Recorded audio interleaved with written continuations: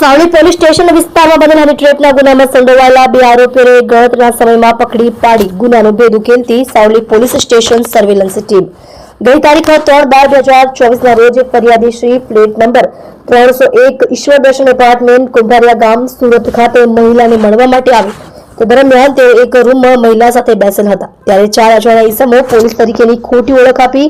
અમે સુરત પોલીસ છીએ, અમને બાતમી મળેલી છે કે અહીં ગેરકાનૂની કામ ચાલે છે, તમારા વિરુદ્ધમાં એફઆઈઆર પાડવાની છે, પ્રેસ મીડિયાને બોલાવીશું, તું હવે જેલમાં જવાનો છે, તારું નામ શું છે, તું ક્યાં રહે છે, શું કામ કરે છે, અહીં કેમ આવ્યો છે, તું આવા ખરાબ ધંધા કરે છે, તને શરમ નથી આવતી, તેવું કહી ધમકાવી ગાલ પર ઝાપટો મારી ગંદી ગાળો આપી તેની પાસેથી રોકડા રૂપિયા 41,000 તથા 2,02,358 તથા રૂપિયા 61,000 તથા 74,000 તથા રૂપિયા 75,000 ઓનલાઈન મની ટ્રાન્સફરથી એમ તમામ મળી કુલ રૂપિયા 4,53,358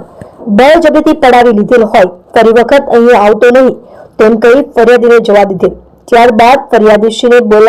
બોલાવનાર મહિલા તથા આરોપીઓ મળેલ હોવાની હકીકત જણાતા તેઓ તારીખ 8/12/2024 રોજ પોલીસ સ્ટેશન આવી તેમની હકીકત જણાવતા આરોપીઓ વિરુદ્ધમાં ગુનો રજીસ્ટર્ડ કરવામાં આવેલ.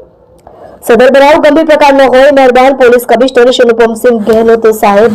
તથા ખાસ પોલીસ કમિશનર શ્રી સેક્ટર 1 તથા નાયબ પોલીસ કમિશનર શ્રી ઝોન 1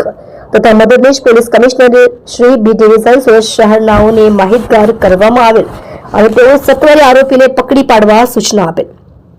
જેનો police inspector Shri S R. Vekariya નાઓએ સર્વેલન્સ સ્ટાફના police sub inspector S B. Nakum તથા સર્વેલન્સ સ્ટાફના માણસોની ટીમ બનાવી જરૂરી સૂચના અને માર્ગદર્શન આપેલ. જેનો સર્વેલન્સ સ્ટાફના હેડ કોન્સ્ટેબલ પ્રકાશભાઈ પ્રેમજીભાઈ તથા પોલીસ કોન્સ્ટેબલ મનીષભાઈ નાનુભાઈ તથા પોલીસ કોન્સ્ટેબલ રાહુલસિંહ બળવતસિંહ નાઓને મળેલ બાતમી હકીકતના આધારે આરોપી મહેશભાઈ મથુરભાઈ બલદાણિયા તથા દુર્ગાદેવી ઉર્ફે દક્ષા મહેશભાઈ મથુરભાઈ બલદાણિયા નાઓને પકડી પાડી કાયદેસરની કાર્યવાહી હાથ ધરેલ છે. જોડાઈ રહો નવા સમાચાર જોવા આજ કી પુકાર ન્યૂઝ ચેનલની સાથે ડાયરેક્ટર ચિરાગ દરજી સાથે.